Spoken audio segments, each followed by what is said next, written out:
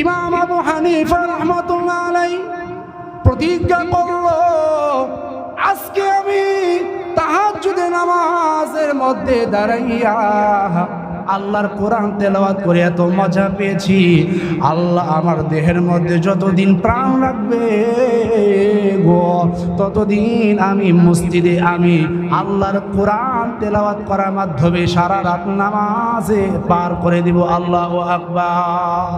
আর কখনো আমি বাড়িতে যাব না।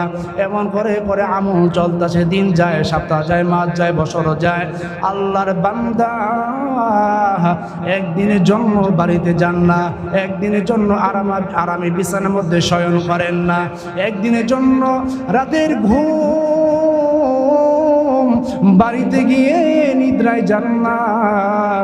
এমন ব্যক্তি ইমাম আবু হানিফা রাহমাতুল্লাহি আলাইহি।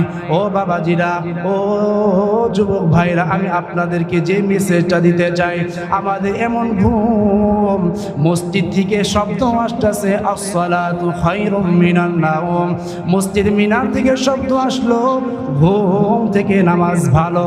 তারপর আমরা ঘুমের মধ্যে সময় পার করি, মসজিদে আমরা আসতে চাই না।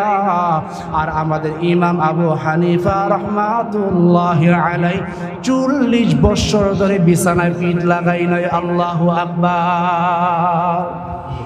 40 বছর ধরে ইমাম আবু হানিফা রাহমাতুল্লাহি আলাইহি বিছানার মধ্যে বালিশের মধ্যে মাথা লাগাই নাই। ইমাম আবু হানিফা রাহমাতুল্লাহি আলাইহি 40 বছর ধরে মসজিদে তাহাজ্জুদের নামাজ পড়লেন। 2 রাকাত নামাজের মধ্যে পুরা কোরআন তেলাওয়াত করত। আল্লাহু আকবার। এরকম ঈমান আমাদের ইমামের ছিল। সুবহানাল্লাহ। আমাদের ঈমানটা কতটুকু? আমাদের ইমামরা, তাদের ঈমান এমনটা ছিল, জান যাবে তো ঈমান দিবে না, জান যাবে তো ঈমান দিবে না। খাজা কুতুবউদ্দিন বখতিয়ার কাকি রাহমাতুল্লাহ আলাইহি নাম শুনছেন কি বাবা? ওই যে দিল্লি শহরে এখন কুতুব মিনার দাঁড়িয়ে আছে, হিন্দুস্তানে আছে না?